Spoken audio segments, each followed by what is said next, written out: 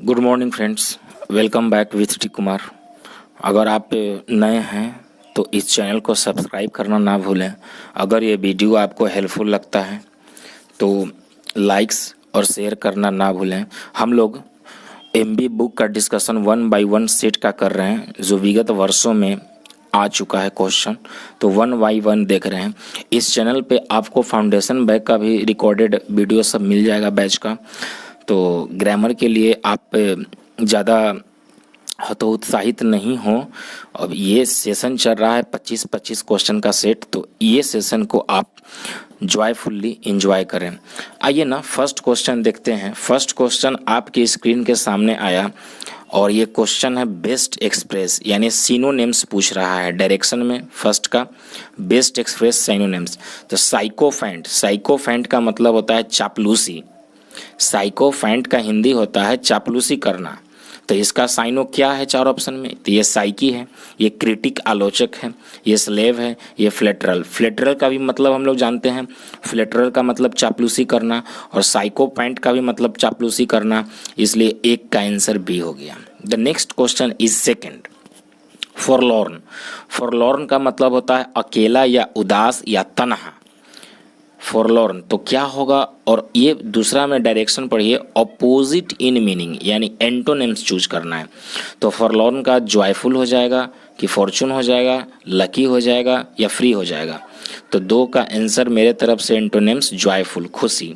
फॉरलॉर्न माने उदास, तो उदास का खुशी, तो ए जॉयफुल। तीसरा नंबर क्वेश्चन पे आओ। तीसरा नंबर थर्ड नंबर क्वेश्चन है बाबू, करेक्ट स्पेल्ड, यानी सही स्पेलिंग को चूज करें।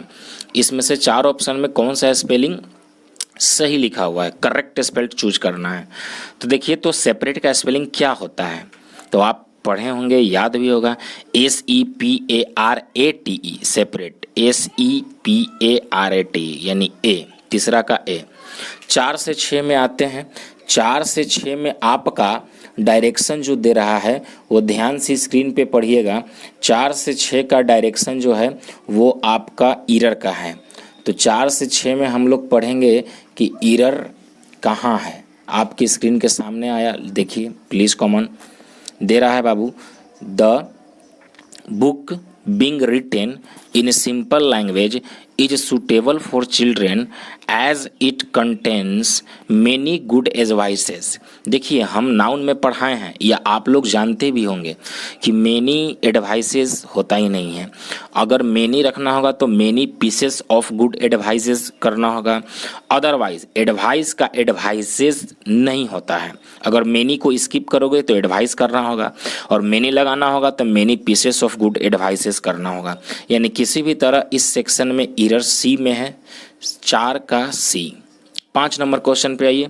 You are the man who have spoiled it. करा you are the man who have spoiled it, यानी कि आप जहाँ हु, हुम, विच, डैट देखेंगे तो आपको समझना होगा कि ये रिलेटिव प्रोनाउन है। और रिलेटिव प्रोनाउन के पहले जैसा एंटीसीडेंट होता है वैसा ही उसके लिए वर्ब आता है। तो एंटीसीडेंट यहाँ मैन है, मैन सिंगुलर है तो हैव कैसे लगा दिए? मैन के साथ हैज आना चाहिए, यानी एरर किस ऑप्शन में है? तो 5 का बी। 6 नंबर क्वेश्चन पे आइए please come on. Everyday new inventions is make, गलत बात, everyday new inventions are made हो जाएगा। हर एक आविष्कार के बात कर रहा है इन्वेंशंस, तो इन्वेंशंस कई एक इन्वेंशंस के बात कर रहा है, तो इज आप नहीं लगाओ, पैसिव वॉइस में जा रहा है तो आर मेड होना चाहिए, यानी छठा का बी। 7 से 9 में आपकी स्क्रीन के सामने डायरेक्शन दिया हुआ है और ये फिलर का है, यानी with the help of grammar rules you should fill up the all questions from 7 to 9। आइए तो देखिए please come on, the man was dash his defiance, तो क्या हो जाएगा? रिवॉर्डेड फॉर, कीवर्ड ऑफ हो जाएगा। डिफनेस का मतलब डिफ माने बहरा, डिफनेस तो डिफ जो है वो बहरापन, रोग से संबंधित है। कोई रिवॉर्ड देने की बात नहीं है, आरोप लगाने की बात नहीं है, बचत करने की बात नहीं है रुपया पैसा का, यहाँ एक ही है कीवर्ड ऑफ। तो ये इंटेलेक्चुअल लेवल पर क्वेश्चन फिलर का आ गया। तो 7 का बी हो जाएगा कीवर्ड ऑफ। 8 नंबर क्वेश्चन पे आइए please common. He is the talk dash of the town. Oh my God, ये तो फ्रेज है। ये फ्रेज में नो छेड़छाड़, फ्रेज अपने साथ फिक्स है कि वही लेता है। तो टॉक ऑफ द टाउन होता ही है, मतलब चर्चा में होना। He is the talk of the town मतलब कि वह एक जाना माना आदमी हो चुका है, चर्चित आदमी है, जैसे कन्हैया कुमार हो गया, ये सब जो आदमी हो गए हैं, जैसे चिराग पासवान हो गए, या कोई भी ऐसा बंदा जो एक हटके काम करता है, तो उसको बोलते हैं टॉक ऑफ द टाउन, माने चर्चित व्यक्ति। यही होगा 8 का ए। 9 में आइए please come on. I dash very much like to see my old classmates. I dash very much, तो आई, अच्छा, और इधर आप देख रहे हो कि 2 + V1 है, लाइक टू, तो यहाँ वुड को ही प्रीफर करें। I would like to take tea, I would like to go to Patna, जो भी हो, तो आई वुड लगता है, क्योंकि यहाँ लाइक टू यहाँ है, तो आप मोडाल में वुड का ही प्रयोग करें, बेहतर होगा। यानी 9 का सी। चलिए अब 10 से 12 आपकी स्क्रीन के सामने आएगा, और ये क्वेश्चन देखिए प्लीज कॉमन। 10 से 12 आपको क्या कह रहा है, आप देखने का प्रयास कीजिए। 10 से 12 में आईपी है, ईडीएम एंड फ्रेजेस। देखो ईडीएम एंड फ्रेजेस को कैसे आप इंप्रूव करोगे, तो ईडीएम एंड फ्रेजेस नया नया एडिटोरियल, नया नया मैगजीन्स सेट्स जैसे नया नया आता है, उसको ही मगअप कीजिए, और जहां फाउंडेशन किए हैं उसका क्लास नोट्स, और जितने भी हैं आप लोग तो अवगत हैं ऑनलाइन से, तो ये सब तरीका है नया नया ईडीएम आईपी को रटने का। फिलहाल जो सेट में आ रहा है, हम प्रयास करेंगे कि यहाँ आपको रिवीजन कराया जाए। आइए 10 नंबर क्वेश्चन पे आइए। Old head on young shoulders. देखो ओल्ड हेड माने, देखो एक्चुअली में क्या है ना कि अगर आप बैंक को छोड़िए, अगर आप हाई कोर्ट या सिविल कोर्ट का कोई भी कोर्ट जुडिशियली आप एग्जाम दीजिएगा, तो वहाँ इडियम फ्रेजेस सेंटेंस में यूज करके आता है। पहले भी एसएससी सेंटेंस में यूज करके मतलब पूछता था, अंडरलाइन करके, तो उसमें क्या होता है कि आपका आईपी काफ़ी ईजी हो जाता है। अगर आप नहीं भी याद करते हैं तो वो देख करके या समझ करके सेंटेंस को ट्रांसलेट करके क्या होगा निचोड़ आप बता सकते हैं। लेकिन सिर्फ डायरेक्ट ऐसे पूछा जाए सिर्फ, तो इसमें थोड़ा टिपिकल होता है, याद रहेगा तो बनेगा, अदरवाइज छूट जाएगा। Old head on young shoulders, कुछ निमोनिक्स भी रहता है, निमोनिक्स से आप याद कर सकते हैं। तो ओल्ड हेड माने पुराना सर, ऑन यंग शोल्डर्स माने कि नया जवान शोल्डर पर, इसका होता है कि कम उम्र में तजुर्बा होना। Old head on young shoulder का मतलब कम उम्र में बहुत ज़्यादा अनुभवी तजुर्बा होना। तो कौन सा ऑप्शन है, to be intelligent when old no, to be old and it look young no, to be wise beyond his years, yes, कम उम्र में ही, बियॉन्ड माने नीचे, कम उम्र में ही वाइज होना। सी 10 का सी। 11 में आओ। अ विल्ड गुज चेस। अ विल्ड गुज चेस का मतलब होता है निरर्थक प्रयास, ये फ्रेज है। अ विल्ड गुज चेस का मतलब निरर्थक प्रयास, किस ऑप्शन में है, तो फ्रूटफुल सर्च नहीं, to search for a wild goose no, a pointless search, यही हो गया, निरर्थक है तो पॉइंटलेस होगा, तो बी 11 का बी। 12 में आओ। Hard of hearing. Hard of hearing क्या हो जाएगा, to be disturb, to be confused, to be deaf या टू बी डम्ब। तो हार्ड ऑफ हियरिंग, हियर से संबंधित है बात, हियर से संबंधित है बात, तो आप ऑप्शन देखिए, आपकी स्क्रीन के सामने आ रहा है, प्लीज कॉमन देखिए। 12 का ऑप्शन ऊपर में स्क्रीन के सामने आपको नजर आएगी, ये देखिए 12 नंबर क्वेश्चन आपकी स्क्रीन के सामने। टू बी डेफ 12 होना, तो टू बी डेफ हो जाएगा। चलिए प्लीज कॉमन आया जाए बाबू, अगला क्वेश्चन देखा जाए। द डॉक्टर 13 से 15 के बीच में आपका डायरेक्शन दिया हुआ है, वो OWS होगा, 1 वर्ड सब्स्टिट्यूशन, सब्स्टिट्यूशन यानी अनेक शब्द के एक शब्द।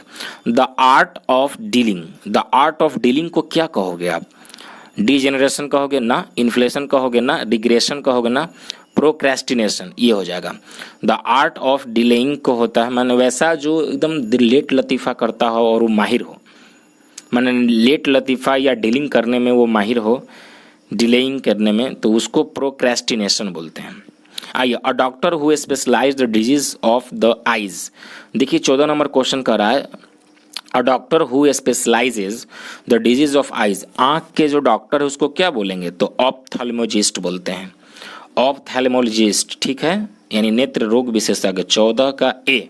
ऑप्टिशियन तो जो चश्मा बेचता है नहीं, ऑप्टिमिस्टिक आशावादी नहीं, ऑर्थोडोनिस्ट, ऑर्थोडोनिस्ट, ऑर्थोडोनिस्ट, ऑर्थोडोनिस्ट माने रूढ़िवादिता, ये नहीं होगा, ये होगा एप्थोल्मोलॉजिस्ट। ऑप्थेल्मोलॉजिस्ट का मतलब होता है नेत्र रोग विशेषज्ञ। तो 14 का है। 15 में आओ, a person who Yeats too much, तो ग्लूटन पेटू, ग्लूटन का मतलब पेटू। कैनिबल माने नरभक्षी, कार्निवोरस मतलब आप समझते ही हो, ओबेसी माने मोटापा, ये नहीं होगा। ग्लूटन का मतलब पेटू, 15 का बी। चलिए आइए 16 से 20 आपके स्क्रीन के सामने आएगा क्वेश्चन, प्लीज देखा जाए 16 से 20 क्या कह रहा है। आइए आपके स्क्रीन के सामने आ चुका है। तो 16 से 20 में क्या कर रहा है बाबू, देखिए, the old women invited the children to become a part in the celebration in her house. To take part होता है हिस्सा लेना, भाग लेना, पार्टी में शामिल होना, ये फ्रेज है बाबू, और यही इंप्रूव करने के लिए कह रहा है। तो याद रहेगा तो इस टाइप का इंप्रूवमेंट बनेगा, नहीं तो छूटेगा। टू टेक पार्ट माने हिस्सा लेना, और हिस्सा लेने की बात भी कर रहा है, इन्वाइटेड किया है, तो टू टेक पार्ट हो जाएगा। 16 का भी। देखिए मेरा सेशन जो अभी चल रहा है वो मैं इस नज़र से पढ़ा रहा हूँ कि आप फाउंडेशन कहीं ना कहीं कर चुके हैं। अगर आप नहीं कर चुके हैं तो सेट मारने का क्या फ़ायदा होता है। कितना लड़का जो होता है फाउंडेशन नहीं करता है और सेट प्रैक्टिस में आ जाते हैं, सेट सेशन देखते हैं, गलत बात, वो रॉन्ग मेथड है। इससे एप्टीट्यूड आपका बढ़ेगा नहीं, नज़रिया बढ़ेगा नहीं। तो हम इस बेसिस पे पढ़ा रहे हैं। हालांकि इस चैनल पे हम क्लासरूम का रिकॉर्डेड वीडियो भी डाला जाएगा, बहुत ही लाजवाब ग्रामर का सेक्शन चलेगा, एक एक बिंदु पे चर्चा होगी। चलिए आइए प्लीज़ कॉमन देखा जाए। 17 number question, you are junior than me in age, you are junior to me in age. Junior के साथ टू लगता है, junior, senior, superior, inferior, prefer, ये सब जो है देन के जगह क्या लेता है बाबू, ये सब देन के जगह टू लेता है, टू। तो टू मी इन एज बाकी 10 के 10 हो जाएगा, यानी कि 17 का ए। 18 नंबर क्वेश्चन पे आओ please come on, wealth is no doubts necessary for happiness in life. तो वेल्थ इज नो डाउट, तो वेल्थ इज नो डाउट्स। अच्छा एक बात बताओ, इज है, सिंगुलर है, नो है, डाउट्स कैसे कह रहे हो, डाउट कहना होगा, डाउट। तो is no doubt B option आपका, इसको इंप्रूव करके बोल सकते हो आप, ठीक। टेंस वाज नहीं होगा, जिस टेंस में दिया गया है उसी टेंस में इंप्रूव करना होता है। इंप्रूवमेंट का मतलब साइनो, इंप्रूवमेंट का मतलब एकदम मिलता जुलता साइनो। तो आप प्रेजेंट टेंस में है तो प्रेजेंट टेंस को ही प्रीफर करोगे, और डाउट्स है तो डाउट होगा, सिंगुलर है, डाउट्स अनकाउंटेबल नाउन है। चलो बाबू, तो 18 का आंसर भी। 19 number question please common, let's start. Mumbai is larger than many other towns in India. तो लार्जर के साथ देन कंपैरेटिव डिग्री, बिल्कुल नो इंप्रूवमेंट, इंप्रूव करने की जरूरत नहीं है। बी लार्जेस्ट कब होता है, जब दर रहता, और सुपर पॉजिटिव डिग्री का कुछ बात नहीं है, बी कुछ ऐसा है नहीं बात, यानी इसको इंप्रूव करने की जरूरत नहीं है। 19 का डी। 20 नंबर क्वेश्चन पे आइए, देखिए तो प्लीज कॉमन क्या करा है, all people want to be happy do they. देखिए क्वेश्चन टैग आ गया, अगर सेंटेंस अफर्मेटिव है तो टैग निगेटिव, अगर सेंटेंस निगेटिव है तो टैग अफर्मेटिव होगा। ऑक्सिलरी वर्ब लेते हैं और मेन सब्जेक्ट जो होता है उसका प्रोनाउन लिखते हैं और तब इंट्रोगेशन मार्क देते हैं। ये रूल है क्वेश्चन टैग का बनाने का।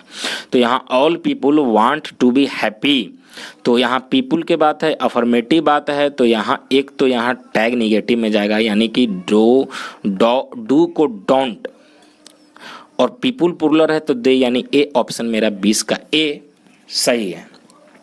चलिए अब 21 से 25 में आपकी स्क्रीन के सामने आएगा। 21 से 25 तो आप समझते ही हो कि क्या होना चाहिए सेट में। 21 से 25 बाबू होगा क्या, 21 से 25 में आपका पैसेज होगा, क्योंकि पूरा 2000 जितना 16 का है क्वेश्चंस वो सब के सब क्या पूछा है, पैसेज ही पूछा है, और 2017-18 से क्लोज टेस्ट पूछ रहा है। तो क्लोज टेस्ट और पैसेज का अलग से सेशन कराएंगे भी। फिलहाल अभी आप आदत डालिए कि कैसे रीड किया जाए। आइए प्लीज कॉमन पढ़ते हैं। आइए तो, worry is a very common thing, कह रहा है कि चिंता जो है वो बहुत ही आम बात है। Even children worry as much as grown up people, कह रहा है कि यहाँ तक कि बच्चों का भी चिंता वही है जैसे कि लोगों का, वयस्क का। इन ही चाइल्डहुड, बचपन में, द राइटर यानी जिसका बात कर रहा है पैसेज लिखा है, राइटर यानी लेखक जो है, use to fear that his parents would die suddenly at night. बचपन में राइटर जो है वो अपने डर को डरता है। क्या डरता है भाई, कि उसके माता पिता या पेरेंट्स जो है वो अचानक एक दिन मर जाएंगे रात में। His fear and an anxiety was just imaginary, और यह डर केवल राइटर को एकदम चिंता और केवल एक काल्पनिक था, बात सच में नहीं था ऐसा, केवल डर था, चिंताएं थी। When he was on the war front in Mesopotamia, जब वह मेसोपोटामिया के युद्ध में था, the writer came to a certain conclusion on worrying, तो लेखक जो है वो एक खास कंक्लूजन पर आए, चिंता के कंक्लूजन पर आए। ही वॉज अ सब लेटर्न ऑफिसर, और वह जो था वो सबल्टर्न ऑफिसर था, यानी कि वो जो युद्ध का जो अधिकारी था उसमें अधिकारी था। It was not his duty to plan future action of war, और उसका एग्जैक्ट ये ड्यूटी कर्तव्य मिला ही नहीं था कि वो आगामी युद्ध के योजना को तय करे। He was there only to carry out what the superior would decide, वो केवल वहाँ इसलिए तैनात था कि जो बड़े लोग, उससे बड़े नेतागण, उससे बड़े मंत्रीगण जो वो लोग निर्णय लेंगे उसी को पालन करना है, फॉलो करना है। So it was useless to worry, तो इसलिए वह चिंता का ज़्यादा विषय था भी नहीं कि आगे क्या होगा नहीं होगा, डजेंट मैटर, क्योंकि वो अधिकारी था ही नहीं। When he took that stand he slept suddenly, तो वो अपना स्टैंड लिया और सो गया विदाउट वरी, बिना चिंता किए। Here the writer had some real reason to worry, और यहाँ जो लेखक का है वो एक खास चिंता का कारण था। क्या था भाई? देखो, पेरेंट्स जो थे वहाँ मेसोपोटामिया में अधिकारी के रूप में नहीं, वहाँ सेनापति के रूप में कार्यरत थे, लेकिन यहाँ जो राइटर सोच रहा है कि मेरे पिताजी नहीं हैं, रात में क्या होगा नहीं होगा, तो यहाँ राइटर का जो रियल रीजन है वो कंसिडर करने लायक है। बट आइए please common, but he could get rid of it. Get rid of, देखो ये फ्रेज है, गेट राइट ऑफ छुटकारा पाना। But he could get rid of when he found it was useless to worry, लेकिन फिर भी वो छुटकारा पा लिया कि वो बेकार का मतलब चिंता है। He followed the same principle, वो सेम एक जैसा सिद्धांत अपनाता है, पालन करता है, फॉलो करता है। When he was a prisoner of war, जब वह युद्ध में कैदी था। He was in Asiatic Turkey, जो कि टर्की में था। There too he banished his worries about nothing of his future depended on himself. The future of the prisoners of war would depend on these various governments. Thus he was able to live there without much worry, though he was a prisoner. Okay, जैसे prisoner के रूप में रहता है तो prisoner के साथ क्या होता है, कैदी के साथ क्या होगा अगर कैदी बना लिया जाएगा, तो यही से उसको डर सता रहा था। But his deliberate suppressions of worry during the war and as a prisoner did not wholly eradicate his worries. The fear had gone to his subconscious mind and remained there buried. After the war, the writer was at home, but whenever a member of his family was absent, he feared all sorts of mishap happening to him. जब कभी उसके पिताजी या parents जब घर में अनुपस्थित रहते थे तो वो डर सताया रहता था कि शायद अगर प्रिजनर बना लिया जाएगा, युद्ध में हार जाएंगे तो कैदी के रूप में क्या व्यवहार होता है, तो फिर फैमिली को क्या होगा, पेरेंट्स को क्या होगा, यही डर सता रहा है उनके एब्सेंस। जब वह घर पे नहीं रहते हैं, युद्ध होते रहता है, तब वो सेनापति के रूप में तैनात रहते हैं, तब राइटर को मन में ख्याल आता है कि अगर एब्सेंट हैं तो भला बुरा क्या होगा, यही बात सता। मतलब मेन थीम इस पैसेज का क्या हुआ कि ये युद्ध वार पे, हिस्ट्री पे बेस्ड है, और इस टाइप के कहानी का बेस्ट पैसेज काफ़ी इजी रहता है। अब इस तरीका से अगर आप पैसेज पढ़ लिए तो 5 क्वेश्चन अगर आएगा इस पैसेज से तो क्या आप नहीं डील कर पाओगे? बिल्कुल एब्सोल्युटली। ऐसे ही क्विकली वहाँ एग्जाम में 10 मिनट में 25 क्वेश्चन सोल्व करना रहता है। तो पैसेज बनाने का 2 तरीका, एक तो क्वेश्चन देखो, रिलेट करो पैसेज में कहाँ है, और अदरवाइज पूरा आप पढ़िए, टाइम लगेगा, समझिए और तब क्वेश्चन पे जंप कीजिए। तो आज के लिए इतना ही सेशन रखते हैं। ऐसे आप पैसेज पढ़ने का, पेपर पढ़ने का, एडिटोरियल पढ़ने का आदत डालिए, मैगजीन पढ़ने का इंग्लिश में, ताकि आपका पैसेज कंप्रिहेंशन अच्छा हो। और वैसे भी कंप्रिहेंशन और क्लोज टेस्ट का सेशन हम बहुत ही ज़बरदस्त लाने जा रहे हैं, अनाउंस करेंगे। अभी फ़िलहाल सेट का एंजॉय कीजिए। That's all.